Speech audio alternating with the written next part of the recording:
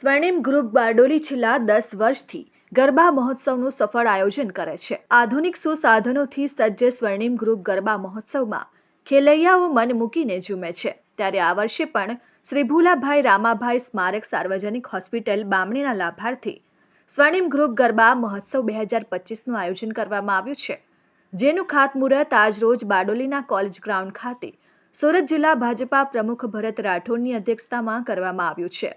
આ પ્રસંગે સુરત જિલ્લા પંચાયતના પ્રમુખ ભાવિનીબેન પટેલ, કારોબારી અધ્યક્ષ જીતેન્દ્ર પટેલ, સુરત જિલ્લા ભાજપા મહામંત્રી જીગર નાયક, બારડોલી નગરના આગેવાનો તેમજ સ્વર્ણિમ ગ્રુપના આયોજકો તેમજ કાર્યકર્તાઓ ઉપસ્થિત રહ્યા હતા। સમગ્ર વિશ્વમાં ગુજરાતીઓએ જેને પોતીકો તહેવાર બનાવી દીધો છે અને જેની નવયુવાનો આતુરતાપૂર્વક રાહ જોઈ છે, એવી નવરાત્રિની આગામી 22 સપ્ટેમ્બરથી શરૂઆત સમગ્ર ગુજરાતમાં અને સમગ્ર દેશમાં અને સમગ્ર વિશ્વમાં વસતા ગુજરાતીઓ આની રાહ જોઈ રહ્યા છે। તે આગામી દિવસોમાં બારડોલી નગરની અંદર સ્વર્ણિમ ગ્રુપ દ્વારા છેલ્લા 9 વર્ષથી સફળ આયોજન કરવામાં આવી રહ્યું છે અને એનું આજે મંડપ મુહૂર્ત આજે અહીં બારડોલી ખાતે રાખવામાં આવેલું હતું।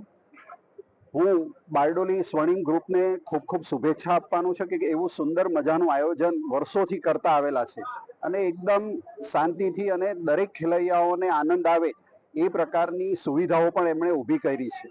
તો તમામ ખેલૈયાનો પણ મારી વિનંતી છે કે આનો લાભ લઈ। છેલ્લા 10 વર્ષથી સ્વર્ણિમ ગ્રુપ દ્વારા નવરાત્રીનું ખૂબ સરસ આયોજન કરવામાં આવે છે ને આ વર્ષે 2025માં પણ ખૂબ સરસ કઈ અલગ રીતે આયોજન કરવા જઈ રહ્યા છે।